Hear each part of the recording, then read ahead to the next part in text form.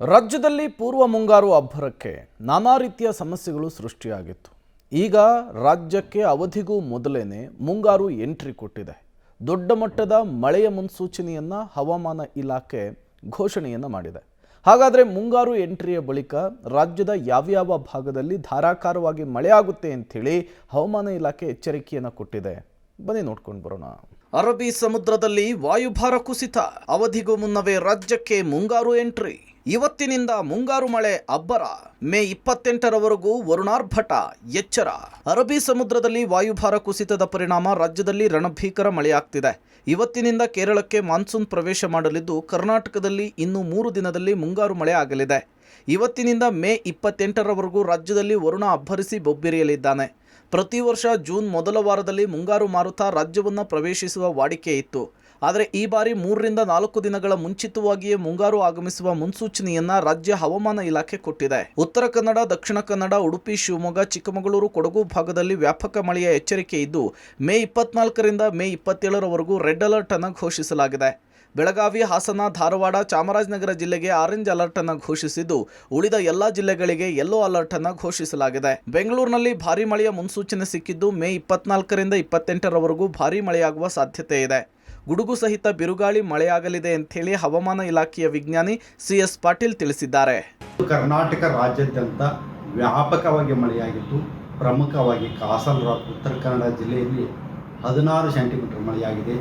ಭಾಗಮಂಡಲ ಕೊಡಗು ಜಿಲ್ಲೆಯಲ್ಲಿ 10 ಸೆಂಟಿಮೀಟರ್, ಲೋಂಡಾ ಬೆಳಗಾವಿ ಜಿಲ್ಲೆಯಲ್ಲಿ 6 ಸೆಂಟಿಮೀಟರ್ ಮಳೆಯಾಗಿದೆ. ಕರಾವಳಿ ಹತ್ತಿರ ವಾಯುಭಾರ ಕುಸಿತವಾಗಿತ್ತು. ಅದರ ಜೊತೆಗೆ ಸರ್ಕ್ಯುಲೇಷನ್ ಕೂಡ 5.8 ಕಿಲೋಮೀಟರ್ ಎತ್ತರದವರೆಗೆ ಇದೆ. ಇದು ಇನ್ನಷ್ಟು ತೀವ್ರಗೊಂಡು ಮುಂದೆ ಉತ್ತರ ದಿಕ್ಕಿನಲ್ಲಿ ಚಲಿಸುವ ಸಾಧ್ಯತೆ ಇದೆ. ಇದರ ಪ್ರಭಾವದಿಂದ ಕರ್ನಾಟಕ ರಾಜ್ಯಾದ್ಯಂತ ಎಲ್ಲ ಜಿಲ್ಲೆಗಳಲ್ಲಿ ಮೇ 24ರಿಂದ ಮೇ 28ರವರೆಗೆ ವ್ಯಾಪಕವಾಗಿ ಮಳೆಯಾಗುವ ಹೆಚ್ಚಿನ ಸಾಧ್ಯತೆ ಇದೆ.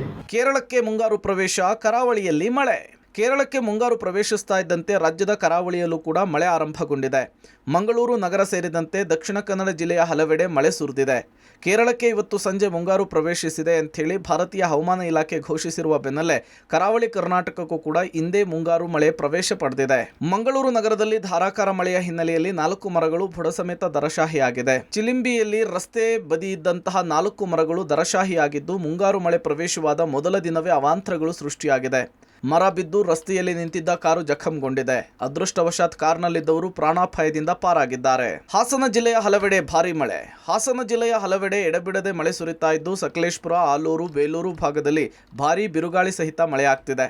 ಹಾಸನ ಸೇರಿದಂತೆ ಹಲವೆಡೆ ಜಿಟಿ ಮಳೆಯಾಗ್ತಿದ್ದು, ಜಿಲ್ಲೆಯ ಬಹುತೇಕ ಕಡೆ ಮೋಡ ಕವಿದ ವಾತಾವರಣವಿದೆ. ಬಿರುಗಾಳಿ ಮಳೆಯಿಂದ ಜನಜೀವನ ಅಸ್ತವ್ಯಸ್ತಗೊಂಡಿದ್ದು, ವಾಹನ ಸವಾರರು, ವಿದ್ಯಾರ್ಥಿಗಳು, ಸಾರ್ವಜನಿಕರು ಪರದಾಡುವಂತಾಗಿದೆ.